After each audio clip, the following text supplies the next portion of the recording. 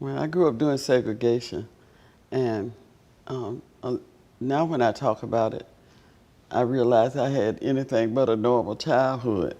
I thought it was normal. I was happy. I played games, and I um, had friends, and we hung out, and I went to jail.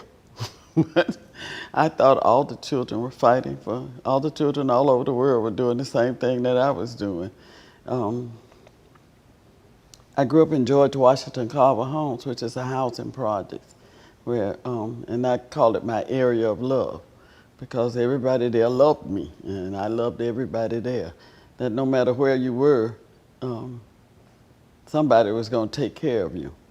And because of the treatment we would get when we leave that area of love, my grandmother and my dad sheltered us. We rarely ventured from that area when they transacted grown folks' business, when they had to leave the area. So I didn't really feel the brunt of segregation until I left that area. But I remember wanting to sit at a lunch counter that was at one of our drugstores. And my grandmother said I couldn't because colored children, that's what we were called, they can't sit at the counter. It didn't stop me from wanting to sit at that counter. Every time I passed by, I'd see those kids in there, and I'd wish it was me. Well, one day we were standing in front of the store, and my grandmother said, when we get our freedom, you can do that too. Now, I already knew that Abraham Lincoln freed the slave, but my grandmother was fighting for a freedom that was even better than that. This was the good freedom. It would let me sit at that counter. And as I grew older, I realized there were several incidents growing up that made me feel not so good, and for lack of a better way to put it, because of the color of my skin.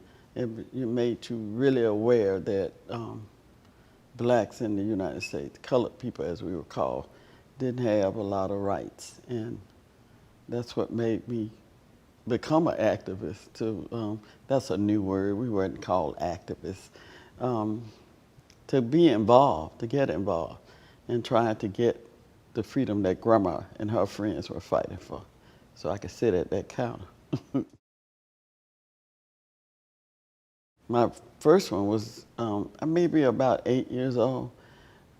We grew up poor, and my grandmother we had relatives in the North, in Detroit, I should say the Midwest, but they would send us boxes of clothing to help grandmother with us, right? My mom died when I was 3, and my grandmother and my dad raised us. So they would send these boxes maybe 3 times a year, but the Easter box was my favorite because my Easter dress would be in there, and Easter was a big holiday in our community. So when grandmother opened that box, she pulled out the prettiest blue dress I had ever seen in my entire life. Now I have 2 older sisters, and they always got the best stuff, so I knew one of them would get that dress. But my grandmother said, "Here, baby, go try this on." And I looked behind me to see were my sisters there, and nobody was there. She was talking to me. So I grabbed the dress and I ran upstairs and I put it on, and I instantly turned into a princess. I was twirling around, and my grandmother said, "You don't have that dress on yet." So I ran downstairs, and when I got where she could see me on the steps, she said, "Oh, baby, you look so pretty. That's your Easter dress." I was so happy, but I was either blessed or cursed with big feet. None of the shoes in the box would fit me. So you know what my grandmother did? She looked at me and she said, "I'm going to take you to town Saturday and get you a new pair of shoes." I was ecstatic. I had a new dress and I was going to get new shoes. Well, before we left the house, my grandmother measured my foot with a string and cut it the length, and she put it in her pocket.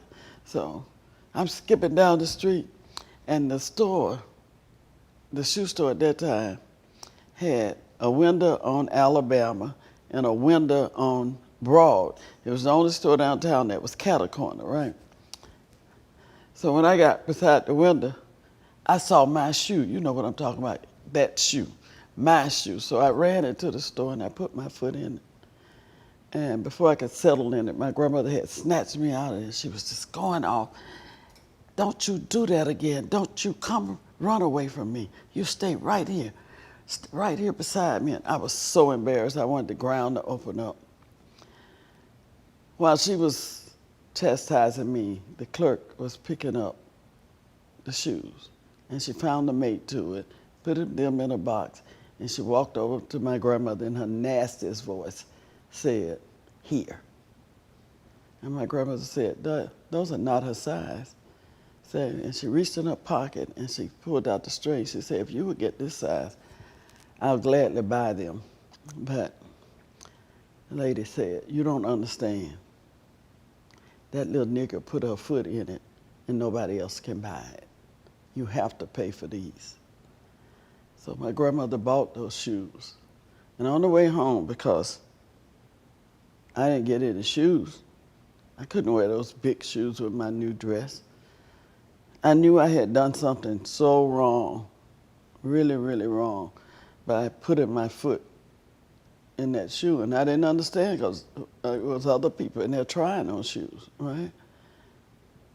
So my grandmother saw I was about to cry, and she leaned down and she said, "Honey, you can't, black people, colored people can't try on shoes and clothes. It's the law."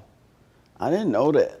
I wouldn't have done it. But I said, "But Grandma, I don't have shoes." She said, "Don't worry about it. We'll find a way." So I had to wear my brand new beautiful dress to church that Sunday with the shoes that I had worn all year, all the last year. And I felt like God had forsaken me because the preacher was up there talking about Jesus died for me and all of this. How did he forget me? And as I grew older, I realized it wasn't Jesus' fault. It was those evil people who would even come up with laws like that. It was a constant because I didn't run into, I didn't interact with whites. So, and you're young and you're resilient, but you never forget. There's always something that will remind you or make you hesitant about doing certain things because you don't want the retaliation. So you just, grandmother said we were fighting for our rights and our freedom. And I believed that. So I started to do that too. I wanted to fight for my rights. I wanted to sit at that counter. By the way, I never got the chance to sit at the counter. This store had, there were some young men here in Selma who decided to integrate it. And the owner called the sheriff, who had no jurisdiction at the store, to come in. But he knew that the sheriff was volatile and that he would probably bring his posse and they would beat up the young boys as a lesson for others not to try. Well, the boys obviously flunked nonviolence because they tore up this store, right? And when they put it back together, when he put the store back together, he didn't put the counter in. My dad said he saw the writing on the wall. He would have to let me sit there. The best education part of that we got from SNCC. From going down to First Baptist Church to the meetings of SNCC and the young people, and participating with the young people at mass meetings. Mass meetings were mainly designed to motivate people and get the word out and see what was going on. But they were mostly attended by adults. We attended mass meetings, but the masses were the adults. Down at First Baptist, where SNCC had headquartered, was the best place for us, and that's where we learned about that we could that we could do this and we could do that. That was our constitutional right in all of this. And back then, we also had civics in school.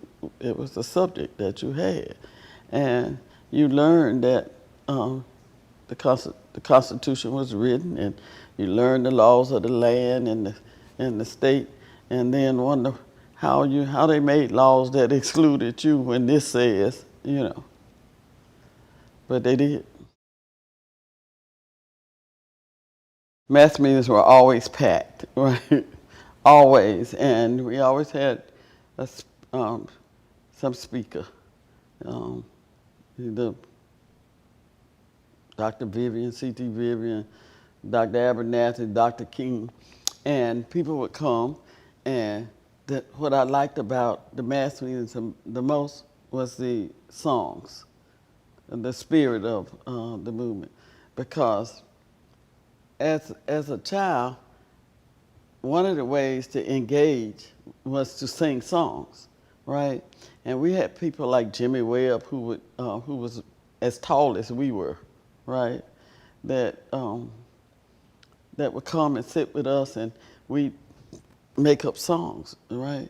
He'd take an old spiritual that we already knew, everybody sung it, like "This Little Light of Mine, I'm Gonna Let It Shine," right?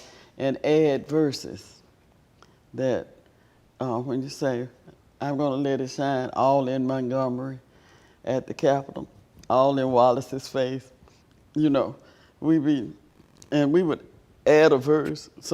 He pointed at somebody say a verse, and that night if we had a mass meeting, you hear your verse. The whole church is singing what you said. You know what a lift up that was to be able to hear the whole church sing. Now, mass meetings, I think, in my opinion, were mostly designed for motivation, to keep people motivated and to disseminate information. I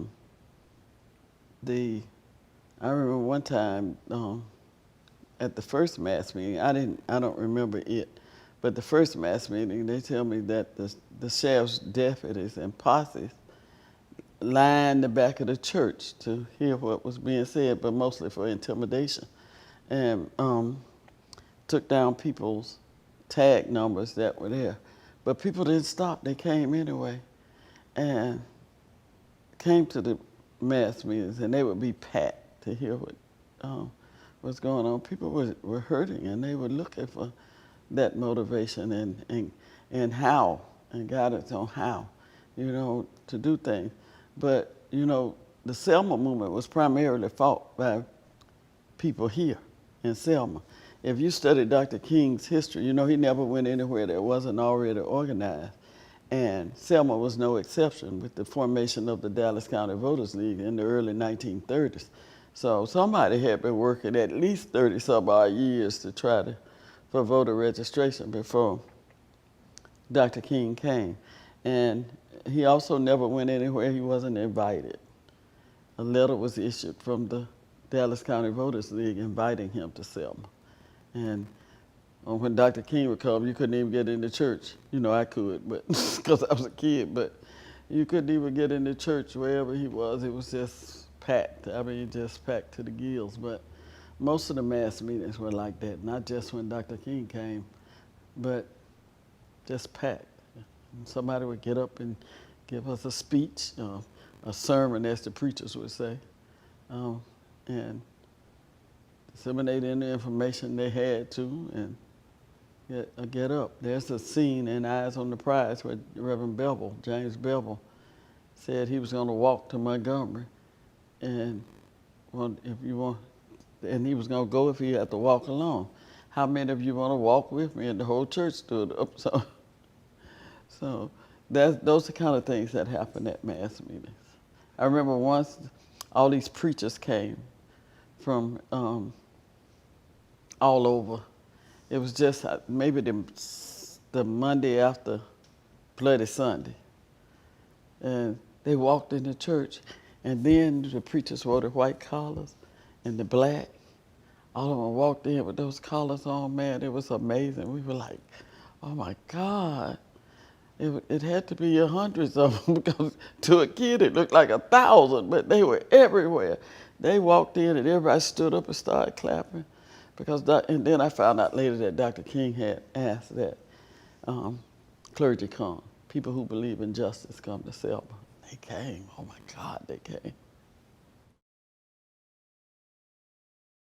A lot more than just this we led up to the walk. And it started even before the formal formalization of the league. It goes back further than that, but I'm not as knowledgeable on that part as I am with the league, and I'm not as knowledgeable about the league as I should be. But the executive committee of the league, there were 8 people, and we called them the Courageous 8. And don't you dare ask me to name them. But when they formed their organization, a formal organization, it was just for that, to try to get African Americans here to the right to vote. Sam and Amelia Boynton were our farm extension agents, and they recognized early on that if we could vote, we could change some of those laws that were unfair to us. And then these others joined on, like-minded people joined together, those 8. And even when we had a judge here to issue an injunction that they couldn't meet anymore, they were brave enough to keep meeting and keep working toward that. And Mrs. Boynton's husband, Sam, was beaten in his office by some white man who said that his Negroes didn't need the right to vote, that he voted for them. And he beat up Sam. And Mr. Sam never really recovered from that. And when he died, he made Mrs. Boynton promise that she would keep the work up. And his memorial service, some people say, was the first mass meeting. And people organized there and started to really work toward getting the right to vote. But it was a struggle because the people who enforced the laws were the people who would beat you up. And it wasn't easy. And it had to be really, really scary for them. That's why children played a big role in this. And children play a big role in all movements, children and their mothers, which is not a side of the history that people really write about. You know, they sort of leave young people out and give women a small role. But the Selma movement, like most movements, was fought primarily by women and children. And when we look back and talk about this movement, I think of the women and how brave they must have been. And even the men, they had to be brave, really, really brave people to do this. I see thousands of children each year because I run a company called Journeys for the Soul, and we do educational tours on this particular movement. And they don't realize that they have the same power that we have. So when they come, I want them to leave knowing that they're just as strong as we are. So I tell them those stories of the youth. And it was a grave mistake to become complacent in areas after the voting rights struggle, a grave mistake, because now children are suffering for it. And the world is suffering for it because our children don't feel empowered. My granddaughter's 21 and she's seen more violence in her time than her little 21 years than I saw in my 50s. They think that's the norm. That's a problem, a real problem. We should have been fighting to get, we should have been fighting in education because all this stuff we're talking about does not have to happen again. And when I wake up each morning, I feel like I'm parallel in the 60s, and that's not a good place to be. This world should be much further than that. And it gives you, some people, a sense of hopelessness. Not me, because I know that it's going to be all right. We just can't sit back and let it keep happening. So we have to use those tactics we used and build upon them and let those young people come up with those great ideas they have and use them to make the world a better place. And until all people realize, and I'm not talking about that 1%, let's leave them out, okay? Until the rest of us that are not in the 1% realize that everything hurts us collectively because we've been perpetrated that myth too long. Superiority and inferiority, there's no such thing. They make a law that hurt me, it hurts you. So you need to be vigilant about helping to get rid of these laws and make a fair and just world for everybody. So the 60s is to me, it's a good example of how we can overcome, but you can't just stop after you get a law signed. Since it's been signed every day, somebody's attacking that and nibbling at it and breaking off pieces of it. How long will it be before it's gone? Period. So we got to find a way to have sustainable change, not just, and these things are not just on the surface, they're systemic. It meets everything that we do. So in every part of our lives, and the sooner we realize that we all realize that, we can have some change. That I don't want your babies hurting and you don't want mine hurting. That's the way the world should be, right? And I just heard this phrase a few minutes ago. When I do good, we all do good, or should be doing good anyway. We should be doing good, not bad. It's horrible the way the world is going, and we don't even need to talk about that because we all live here. We see it, we feel it, and I know the young people that I see are searching for a way to make it go away, and they always ask, Miss Bland, as a young person, what should I be doing? And I'm honest, I don't know, because if I knew it would already be done. And why would I know what to do and not do it?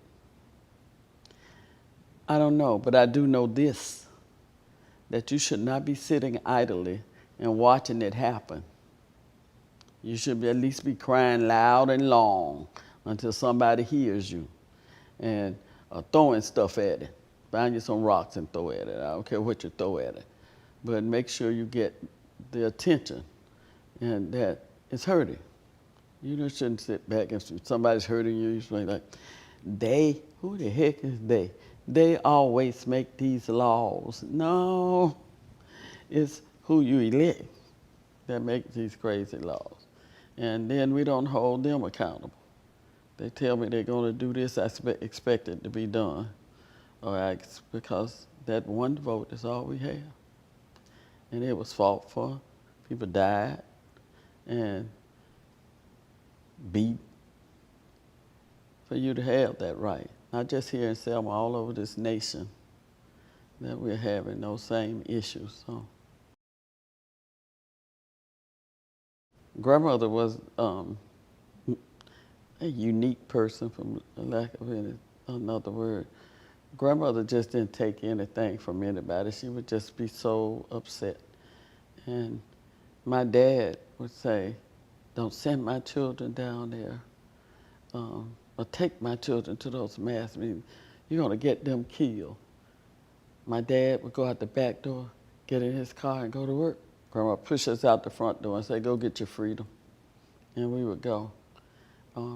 She was a warrior, I promise you. She could neither read nor write, but she was always on the side of right, always. I didn't know my grandmother couldn't read or write until I was 12, because every day she'd make us read something. She'd bring books home from the houses that she worked in, and magazines, and she'd say, read that article about so-and-so and so-and-so. So I got to find the article in the book or magazine and read it. And then she'd ask me questions. I had no idea that the people she worked for she had done the same thing with their kids. So their kids read it and she would ask questions. She was the best psychologist in the world. I promise you, she'd feed us a heavy meal in the summertime at 12 o'clock and then say, don't go to sleep. knowing we were going to go to sleep. But she was a warrior. I hope some of Grandma is in me. She was a maid in the houses of the oppressor. She made $1 a day in the 60s, $1. And that means she brought home $5 a week. And my dad was a cab driver. We had lots of cabs in Selma then. That was the only way people could get around. And he drove cab, and Grandma went to those houses. And I remember one time being sick, and Grandma had to take me to work with her. And she put me over in the corner, and while she was cooking breakfast, and then the white kids came in and sat down at the table, and I'm hungry as heck over here. And I'm watching them, waiting for Grandma to tell me to come to the table. She never told me. And then after they finished, and she cleaned up the table, got them ready for school, then she fed me. And the rest of the day she spent trying to make me know she loved me. That's what she had to do. That was her work, and she had to do that. So the rest of the day, she catered to me. I got candy. Every time she got close to me, she'd pat me or say something nice, and was concerned about how I was feeling. So I felt loved. It was only at that moment that I felt that it did. We were marching. We had marched from the church to the courthouse, and they led us up on buses and took us about 3 blocks to the city jail and put us in this little old cell, and it was jam-packed. I mean, we were packed up in there like sardines, and it was hot. It had 2 beds and wasn't all that clean either. And the toilet was right there, just right there, no privacy. And the heat was the one that bothered me the most. We sung songs, the older kids wanted to sing songs and make us feel better. But that wasn't the first time. I digress, let me go back. My grandmother was in a march the first time I got arrested. And I counted as an arrest because they put me in the cell with them. We marched up to the courthouse, and when we got there, somebody ran to the door and locked the door, and then put this paper on the door that said, "Out to lunch." I remember thinking, white people sure eat early. Grandma would feed us till way late, like 12 o'clock. And the women just stood there. So I asked Grandma, I said, "Grandma, why are we standing here?" She said, "We're trying to register to vote, and it's only open on certain days, right?" So I said, "We're gonna stand here till they come from lunch?" She said, "Yes." Now, I was about 8, and there were babies in people's arms, toddlers, not just, I probably was one of the older children there. And there was a sound behind us, like you were, I think it's Alabama Avenue behind us. And you could hear the traffic going and see the cars going up and down. We heard the sound of a different vehicle. And I looked back, and there was a yellow school bus. And during that time, we couldn't ride on school buses. Black people could. They were for the white children. And to my delight, the policeman got off the bus and started pulling the women to the bus, putting them on that bus. I was so happy. I said, "Grandma, can I sit by the window?" She said, "Sure, baby." So I got on the bus, and I'm happy. I'm looking out the window. They rolled 2 blocks, stopped right in front of the city jail. I started crying. I said, "Grandma, why are we here?" She said, "They're going to put us in jail." And I said, "Me too?" She said, "Yeah, you got to stay with me, and you be quiet. Don't say anything." And I did. Now, when they put us in the cell, and I was just glued to Grandma, right?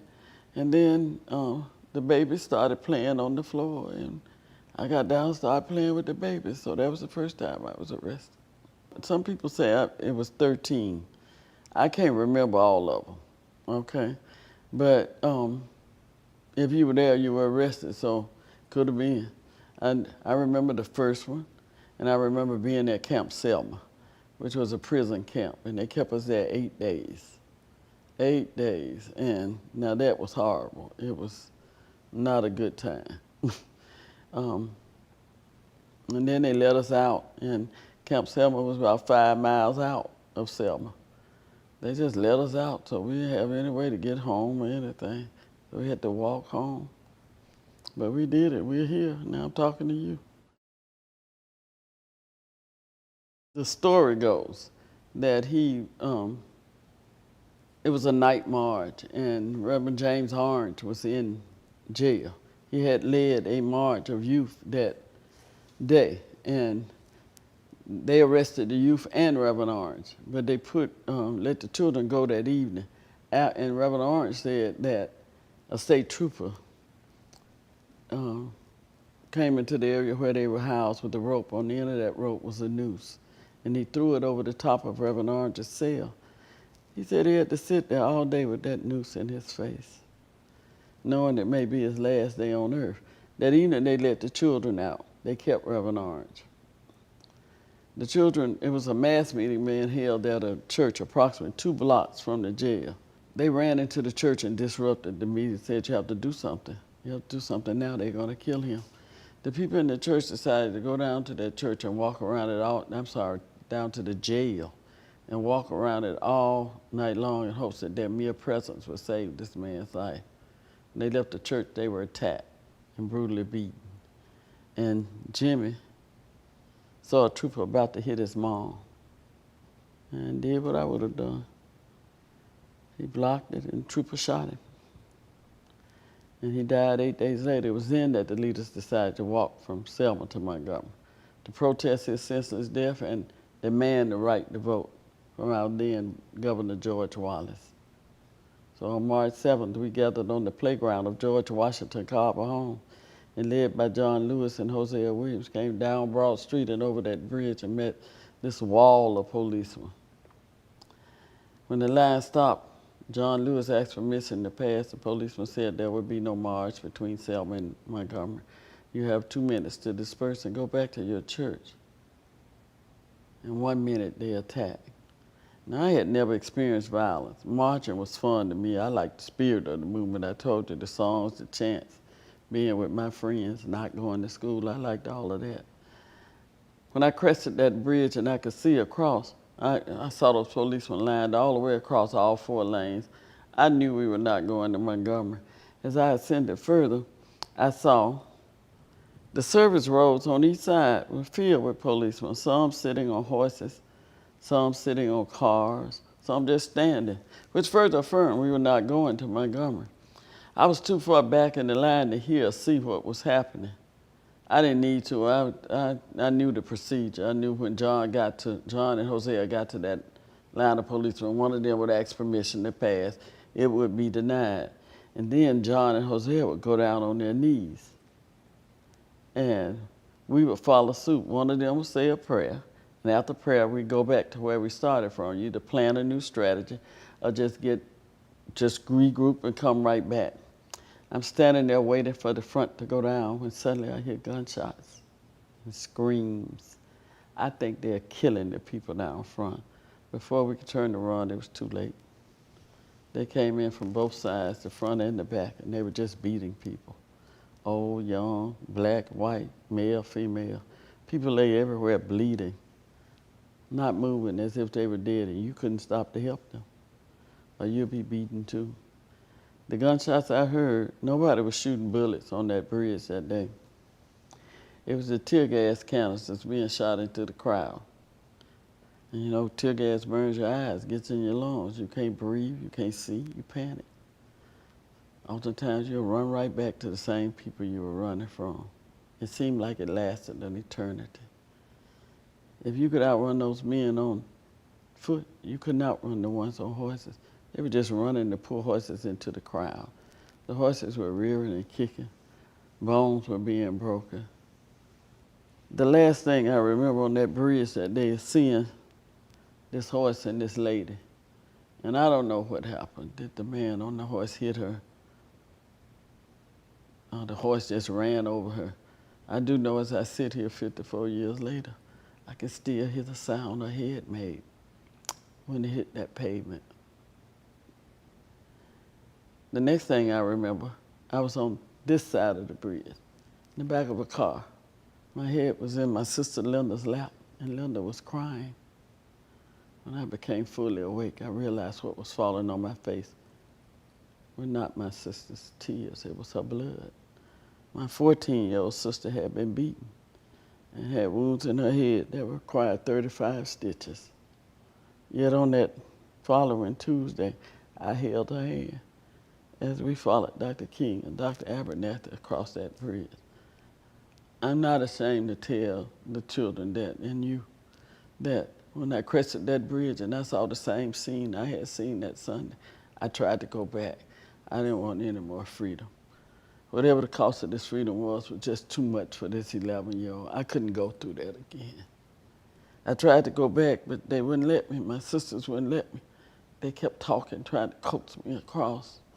I remember one of them saying, "Come on, they're not gonna beat Dr. King." I went, but I was scared. This time, Dr. King asked permission to pass. The policeman told him the same thing. But this time, the front went down. Dr. Abernathy said a prayer, and after prayer, he and Dr. King stood up and led us back to Brown Chapel, AME Church, where Dr. King held a mass meeting. At that mass meeting, he told us he had applied for a court order that would give us the legal right to walk from Selma to Montgomery if we so wanted to. But more importantly, be protected. It was signed on March 17th by a judge in Montgomery named Frank Johnson, and on March 21st, we left Brown Chapel one more time, came over that same bridge, and those same men who beat us up had to protect us all the way from Selma to Montgomery. Isn't that a scary thought? It took 5 days to get to that capital. There are no motels between Selma and Montgomery today. There were none then, and remember we grew up during segregation. Probably couldn't have slept there anyway. Well, on August 6th of that very same year, about 2 or 3 days shy of 6 months later, the Voting Rights Act was signed, and it removed those obstacles that prevented us from voting. We went from 250 African Americans on the rolls here in Selma to 9,600 almost immediately, and it still took us 36 years to get rid of the same mayor that was on the bridge. Go figure. It's just not good enough to just vote, right? You gotta be involved in the system, because if you don't know who's doing the counting, they can count any way they want to, right? So we gotta get involved. That's what I teach children. Be nosy, go. So where does my vote go when it goes in this little box? Who's tallying these? And don't tell me the computer is doing it. You know, let me see. Show me how you do this. The moment we did that, we had change.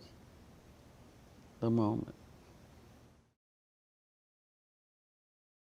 One lesson I used to teach the children, and I draw on that all the time because it's just easier. I think it was our state senator, Senator Hank Sanders, who was the first since Reconstruction. I heard him do this lesson, and I've been doing it ever since. He asked the question, can you tell me one thing in your whole being that government does not affect? And some, children would say, the way I wear my hair, or where you wash your hair with, and where is it made? And don't factories have rules they have to go by and laws they have to apply to what? You can't put any chemical out. They can't when they're making that shampoo, let those fumes and gases into the environment. Yes, they do. But you know. So there's a way that you can get to trace everything back to the government, right? And the importance of the government in your life is so important. Don't you want to have a say-so in who make those laws? Don't you want to have a voice who says, oh no, that's not right, let's not do that because it's wrong? If voting was not important, why are people always trying to take it away from you? That voting thing must be awfully important. And I truly believe that it is. It's very important because it affects my whole being. And when you realize that, you run to the polls. You run to the polls, and I also advise children that when they get old enough, as soon as you're old enough, run for office. Dog catcher, you don't care. If it's an election, you run for something. See, you know the problems.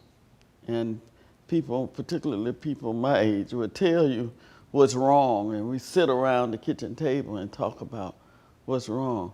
We never offer you any solutions, ever. But you know the problems, you know the solutions, you know how to solve them. You just don't know you know it yet.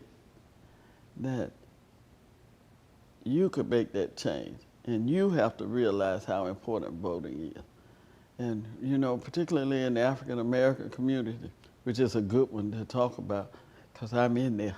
But I see the young people with all this hair that they buy from people. It costs a lot of money. And who regulates that? So it's from the clothes you wear, the hair on your head, to the sole of your feet. The government has something to say. Even when you're born, you're not here unless you have a birth certificate. And who issues the birth certificate?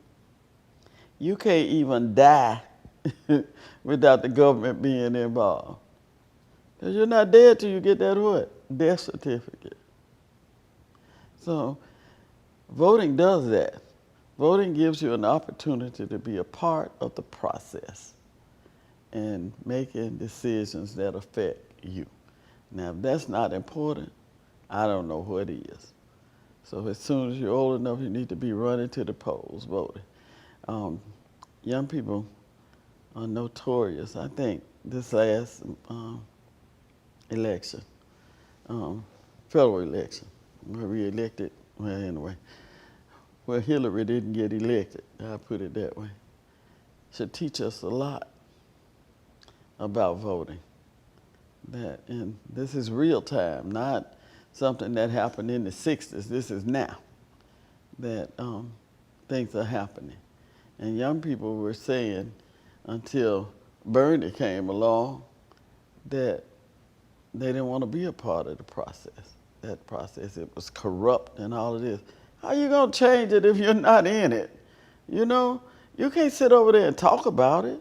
You need to do something. And the only way you can, to me, that you can have any collective change is to be involved in the process. So be involved, vote.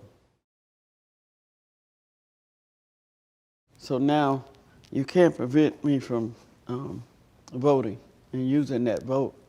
What you do is put restrictions in front of me, such as the Alabama black belt. It could be named for the people. It's supposedly named for the soil because it was so fertile, but the largest concentration of slaves had to be where it was fertile, right? And it's no different throughout the black belt. But so what you do is you close the places where I can go register at in those black belt counties. And in Alabama, the black belt counties are the poorest counties, possibly in America. And where do we get money to travel to Selma from Lowndes County to register to vote when it should be a place right there in their county to do it, right? So they keep putting these obstacles in place to keep you from voting, even though the Voting Rights Act said, gave us that right, period. that well, it really reinforced the Constitution because we had the right to vote. They just didn't let us. They put laws in place and they were in charge. And that has not changed because now instead of making a law saying that I can't vote because I don't own property, my grandfather didn't vote, making up all that crazy stuff we used to have. Now they just make it hard for you to get it. Or they'll say, we're going to be in Wilcox County today, and we'll be there from 9 to 5. Where do they think I work at? And what hours they think I work at? Now that's supposed to help, you know. And they say, well, we are in this county and you could come and register, but a poor person cannot afford to take off work. And if they take off, they might not have a job when they get back. So who would chance that? When it should be easier to vote, they make it harder to vote. And that has not stopped at all. With the signing of the Voting Rights Act, it allowed the numbers to rise and people to utilize that right. But then people started taking it away. Like in Alabama, you know, in a lot of states, felons can't vote, and then they make you a felon. Whether you know, that we see it every day, that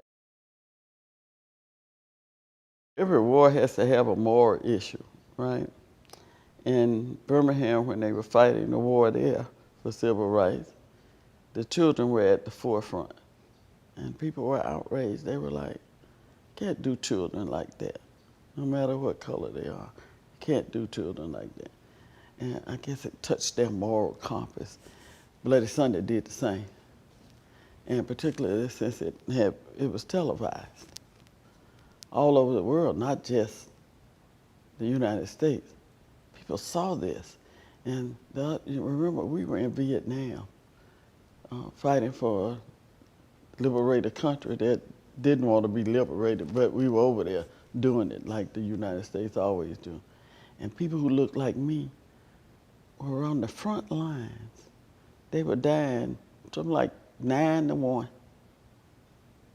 People who looked like me. And then here in this country, that brutality on that bridge, and you sent my brother to Vietnam, to fight for this country. And people started to think, oh, that's horrible. We can't do people like that. Not in the United States, a democratic society. We can't have that. Mothers were outraged. And mothers all over the world were outraged. And whether it was pillow talk, I'm up in your face, or we sitting across the table eating, we talked about that and felt like you should do something. Breaking news to show that. It was just that important to the newsman to show that violence.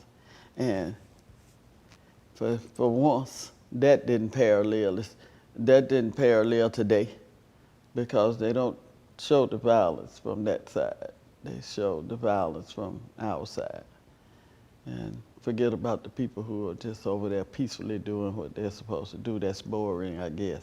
So that bridge must have been not boring. And we're glad they did, because now the whole world knew what we was doing. Like, I remember at the beginning I told you that this started like 30-some odd years ago, before that. And I know even longer than that. The formation of the league was maybe 33 years, 32 years before that. All this had been happening in Selma. We marching, going to jail. Who knew? Just a little snippet in a paper somewhere. Nothing spectacular. And then that. So they could not ignore that. They couldn't, and it changed. I think it changed the whole course of the movement, because now people are outraged, not just people who look like me. Justice lovers come in all colors, shapes, and sizes, and they converged on Selma to help. And not to mention the death of two white people. And see, when Jimmy died, it was just another Negro dead, right? Even though he was killed by a law person that was supposed to uphold the law. When James Reed died, Johnson sent an airplane to bring his wife to Birmingham to see about him. It's all over the news, all over the world news, not national news, not just national, all over the world. Because of what? The color of his skin.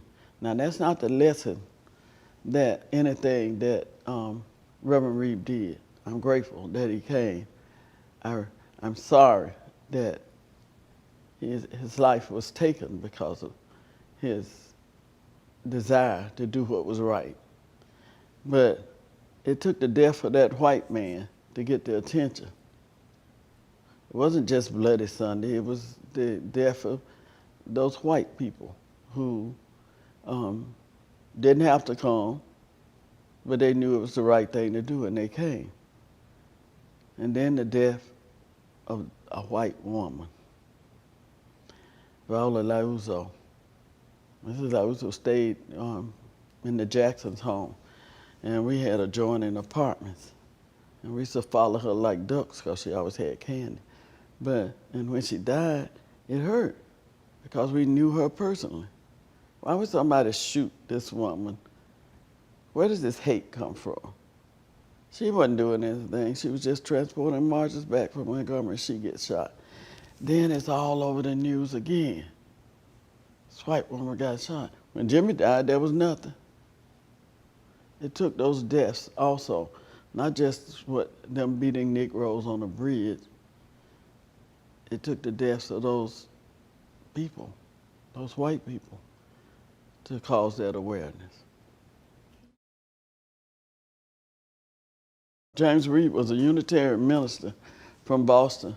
Dr. King sent out a cry for justice lovers to come to Selma and help. If you believe in justice, come to Selma and help. They came by the plane loads, they came, and a lot were ministers. And he, along with two of his friends, Clark Olson, who was all three were Unitarian ministers, and Olaf Miller, they came to help. And that evening, after marching on what is known as Turnaround Tuesday, March 9th, they ate at a restaurant on Washington Street, where it was a black-owned restaurant, Walker's Cafe. And those of us who lived in town knew that we wouldn't walk past this place in the evening time, the place up on the corner, the Silver Moon Cafe, because that's where the bad people congregate, like the sheriff's posse, the sheriff, and they be in there drinking. So, and they were mean and nasty. So if you didn't want to be harassed, you'd went the other way. You just went the long way around. But they didn't know that, and they went the shortest route. And then when they saw them, they were attacked. And Reverend Reed was hit beside the head and died 2 days later, massive head injuries. When we arrived in Montgomery, there was this sense of triumph, that you had really done something, despite everything and all the blocks that had been put in front of us. We made it. We made it. And we showed the world that we could do it. That was the sense I felt when we got there, even as a kid. And that the next morning, we got up and walked to the Capitol. And that's where George Wallace wouldn't come. But you felt you had accomplished something, that now you're really going to have to look at me and see me and know that I'm human just like you. And the same laws that apply to you apply to me. There are no two sets of laws anymore. That we've here, and we're here now, and we're telling you that we will always be here. And we're going to either have to learn to work together, or we're going to have to find a way to separate that would be fair and just for everybody. And I also felt that as a kid, that things would really change. Things, because we did that walk and called attention, and then we got people who came and walked with us that, so you know we're right. People just, what we're fighting for was right. And then when I go back to Selma, I'll be able to go in any store I want to go in. I'll be able to sit in restaurants that I wasn't allowed in. But as a kid, that's what I thought. But the movement wasn't about that. The movement was about choice. That if I want to go in that restaurant, I could go in that restaurant. And nobody had the right to stop me. If I want to go in this store and try on the clothes or shoes, nobody had the right to tell me I couldn't do that. It was about choice, having the choice to be able to do that. So I just felt like and I think a lot of people felt that way. This is a new phrase, that we had arrived, that we had done something so spectacular that it changed the world. When in reality, we had done something but as we were walking, they were still thinking, those who made those laws in the beginning were thinking of ways to circumvent the ones that we were going to be able to use. And as a child, I didn't think like that. But that's exactly what happened. That's why it's important that we educate our young. You have to let generations to come understand where we've been as a nation, so they won't make those same mistakes again. That they won't be the ones that think that we have arrived when there are people still hurting. At 11 years old, he was our governor. He was a segregationist. He hated me, right? People who looked like me. As an adult, he was a shrewd politician, just like that mayor that we had in the 60s. That because we didn't have the right to vote, we didn't elect George Wallace. So whatever they did, whatever laws were passed to ensure that I stayed in my community, and that it didn't grow, and that it kept enriching those that were not in my community and didn't look like me. And George Wallace was, to me, the epitome of that. He just so outspoken in that, like the day he stood in the door of the University of Alabama like it was a sacred place that we couldn't, no Negroes were coming up in there, and had to be escorted away from it. By the way, I did a speech there and they asked me not to say anything. And I'm in the building where George Wallace stood in front of it, and I'm from Selma, Alabama. You know, I talked about it for an hour. But he knew how to play those people who felt like him. He knew the words to say, the actions to do to keep getting elected. And even when he wasn't elected, and even when he wasn't in office, somebody that carried his name was, like his wife, Lurleen was our governor. So that those institutions stayed in place, and that block that made those laws stayed in place. So do you really think Lurleen was the governor while Wallace sat over there on the side as the first man of Alabama? No, he was the governor of Alabama even when she wasn't the governor of Alabama. So Wallace was the face of segregation in Alabama. He was the face of it, and the poster child. So, and the things he did and sanctioned under his administration kept us where we were. And Wallace had to go. Wallace had to go, but I dare say we've only had a few governors that, in my lifetime, that I knew that to me did helped to make significant change for people of color in Alabama. So, no movement in this United States that advanced African Americans and people of color in the United States was not done by grassroots people. Now, Dr. King and others Dr. King especially brought exactly what he was supposed to bring to every movement. When I teach the children, I teach them the 3 M's. He brought motivation. No movement can be fought without motivation. People have to be motivated. He brought money. No revolution can be fought without finance. And he brought the media. Without those 3 ingredients, even today, there'll be no change, because they work together. Those 3 M's, they work together, and they affect change. But in the 60s, we were empowered because the problems affected us. In the 70s, people were empowered because problems affected them. 80s, 90s, even today, the children hit the streets because those problems affect them. But you cannot be quiet.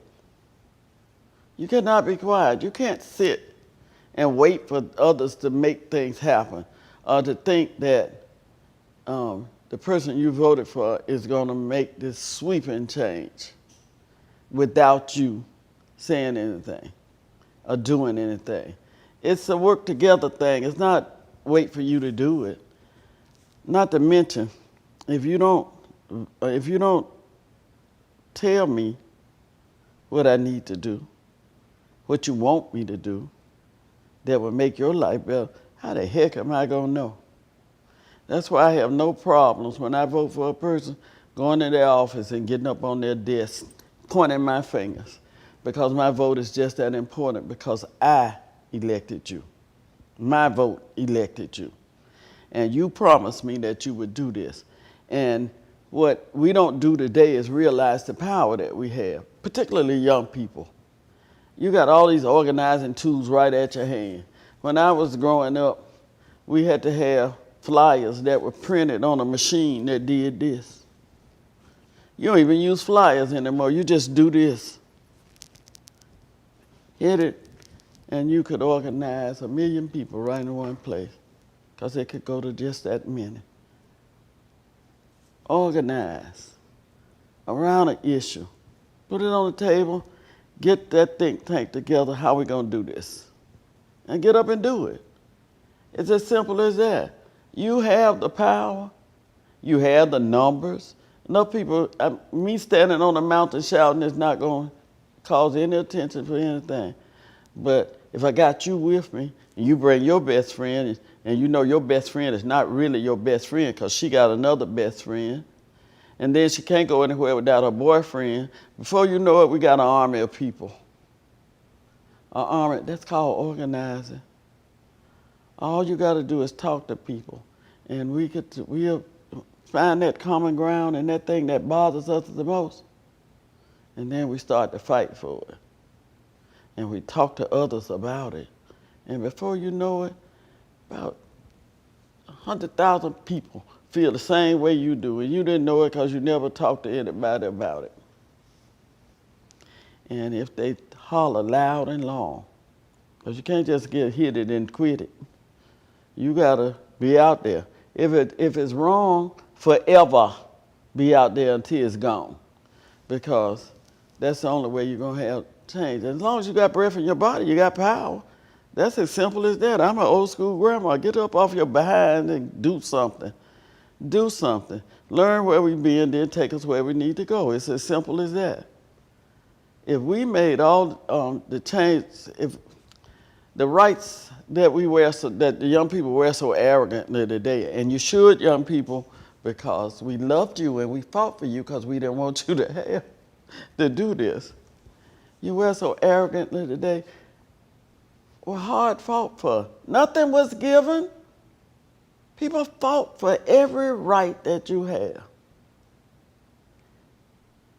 So if we could do that and then have half of the tools that you have, my Lord, what can you do? You ought to be able to take us all the way this time. Make it happen. That's all. Young people are so thirsty for what can I do? What can I get up and do it? You know what to do. You know the problem. Just get up and do it. You just don't know you know it. Seek advice. That people, I went through a movement. I can tell you the things that we did that most of them won't even work today. But what we did was like a piece in the puzzle for social change. Yep. And that picture's not complete because your piece is not there. Everybody is a piece. And when that piece comes together in this beautiful picture, we got social change and the world will be right. Young people, get up and do something. If it's wrong, say something. You can't just let it go because people say, oh, don't bring that up. Oh, there's nothing I can do because it doesn't affect me. I don't think it's right, but it's not in my community. You better get it out of my community before it does get to your community. That's what you need to do. So if you think it's wrong and you're looking at it on the other side of town, before you know it, it's going to be right here, and then it's too late. As a kid, I just felt so bad that someone would do me like that. That I wasn't doing anything. I was just on the bridge.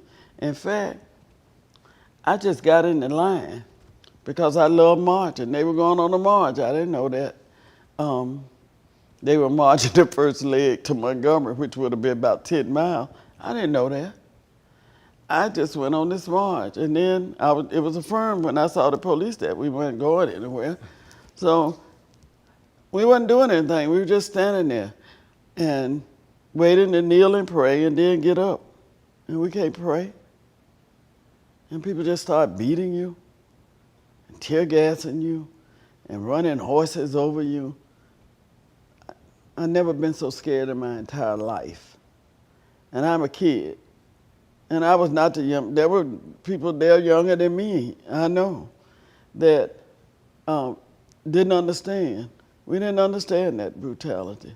And for the longest, I had issues with white people because of that. No matter who you were them that were on that bridge. And you represented them. And I treated whites in a different way than I treated people of color. That, and I knew it myself, that I was conscious of it, that the white kid could say something and the black kid could say something, I'd eat that white kid up, I'd tear him all the way down to the ground. The black kid would do it and I'd say, son, don't say that again. You do have to learn, hey, you can put children up that span the rainbow in this room right now and they'll play together. They don't hate each other. It's when they start to internalize our craziness. And it's not just that they become these people that aren't even themselves and they don't know it. That whatever those children have, that they'll play together. The children don't care. You can be a little green man from Mars and you're their size. They're going to play with you. They're going to play. And that's the kind of community we need to be in.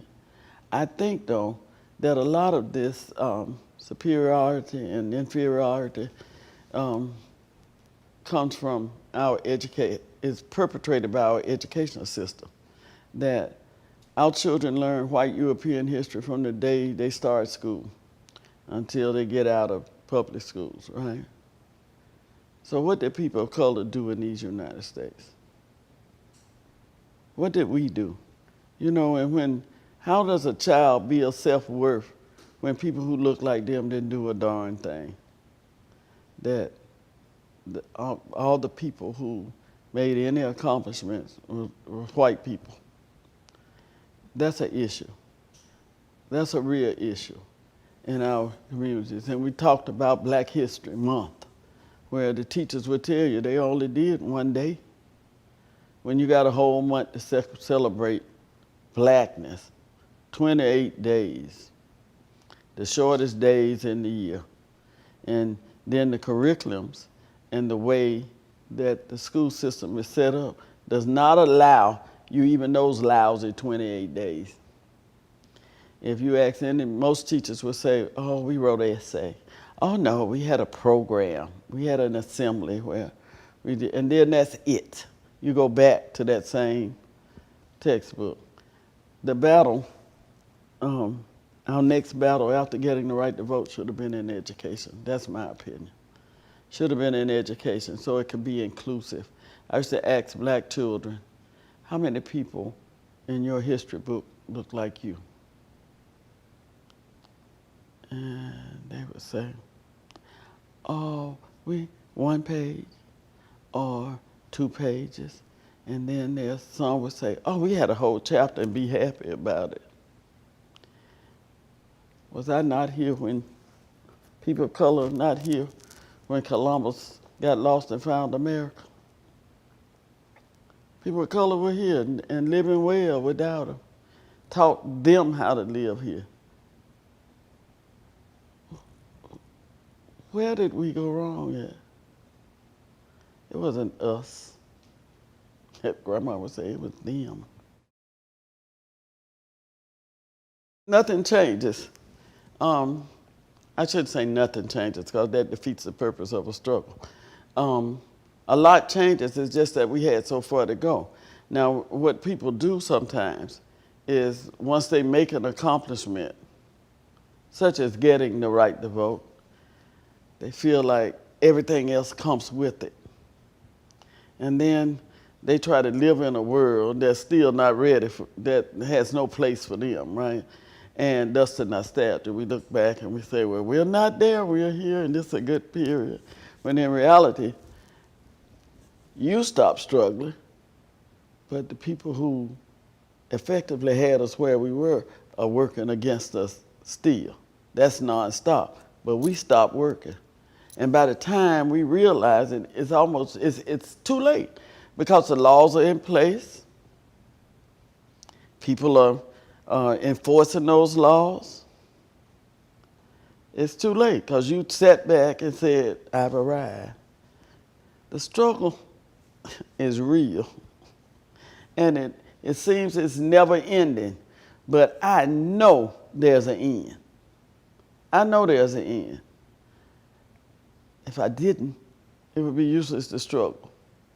That if we make accomplishments, if we get rid of one thing, and that's an accomplishment, we just got so much to get rid of, so we need to be busy all the time. And I need to find me a lot of friends who don't look like me so that I can make them love me. And then they'll make sure that my babies, my grandbabies, don't have to go through any of that craziness because they're going to be out there fighting with me, because, see, I'm a lovable person. And that when people start to think of me and mine, and that's what the United States is taught to do, me and mine. That my father owned his own business. My father drove a cab, we were poor. My father, when I get out of college, I go straight into the business. What business I gotta go into? I gotta go to work at your business, you know? And if we don't change some of those things, it's those little things that build up to be big things. We think it's just those big things. You're stopping me from getting the right to vote. No.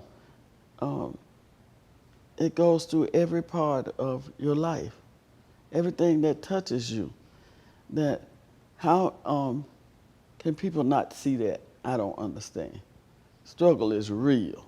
It's really, really real. But the good thing is that we have warriors. We have warriors out there. And if we change that educational system and children start to, I hate that sugar coating of history. A lot of this was bad, yes, but it happened. And it's truth. okay? And why would you sugarcoat any of that? I was Mrs. Lauzo's daughter and I are friends, Mary. We've been friends for about 30 years, right? And Mary came to visit, and she brought a, what's that magazine that be on the airplane? You know, Sky Magazine. Yes. Okay. In there, Alabama had an ad for Black History Month. And the ad said something like, Dr. King came to Alabama, the people sung songs and got the right to vote. Literally. Now, I just wanted to go and tear up the world. Promise to go get every one of those and just tear them up, have a bonfire. Why would you say that? That's not what happened. And you're always giving us a hero. Yes, Dr. King was our hero. Yeah. But I know J.L. Chestnut was too. He was a local man. L.L. Anderson, Sam Boynton, all these men that did wonderful things. And I know Amelia Boynton, Marie Foster, Mary Lamar, Lily Davis, all these women that did all these wonderful things that our children may never know. Those people were in my path, and helped to shape me the way I am. But you don't sugarcoat this history. It was bad, and our children need to know it was bad, so it would never ever happen to another people. It's just by the grace of God, it was me that time. Next time it could be very well you and yours, because in these United States, we have this history of oppression. If I overcome that oppression, who are they going to oppress next? Blondes, maybe? People with blue eyes? Oh no, redheads. Especially those with freckles, right? You don't know. So they need to know that history. That's why I don't understand how they glorify the Civil War. That had to be a bad time for everybody, didn't it? Their husbands, children were dying in a war. And you're glorifying in it today? No, you're not. You're trying to intimidate me. It don't work like that, no, not anymore. Here in Selma, when we elected our first African-American mayor, an organization surfaced called the Friends of Forest, and they erected a monument to Nathan Bedford Forrest on the grounds of one of our museums. Don't worry, we said heck no. But it's in the cemetery. It's in the oldest white cemetery that's here. But I got friends that say it shouldn't be here. It shouldn't be anywhere in Selma. And I say, I don't have to go in that cemetery. None of my people are buried out there. My children don't have to see it because we don't go visit anybody's grave out there. I use it as a teaching tool. The bridge itself is named after the Grand Dragon of the Ku Klux Klan in Dallas County, Edmund Pettus. He was a Confederate general.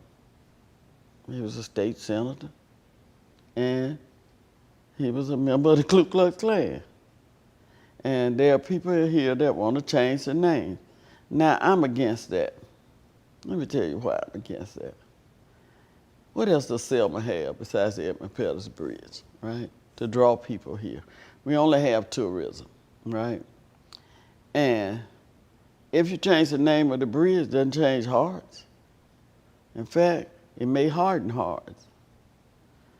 Changing names and moving monuments don't, well, I shouldn't say moving because I'm for moving monuments. Because I think if you want to glorify that, you should glorify that over there where I don't have to see it. But, so you need to move it. But when you rename and renew, new history begins. And old history is forgotten. And this history is too important to the fabric of this nation to be forgotten. So I fight those who try to rename the bridge. And those of us who were on the bridge, fight it. because we feel like when we walk across that bridge, old Edmund's rolling in his grave because we beat them that time. And that if we teach our children where we been, that when they walk across that bridge, they're going to walk with confidence, and Edmund's not going to be happy because they made progress.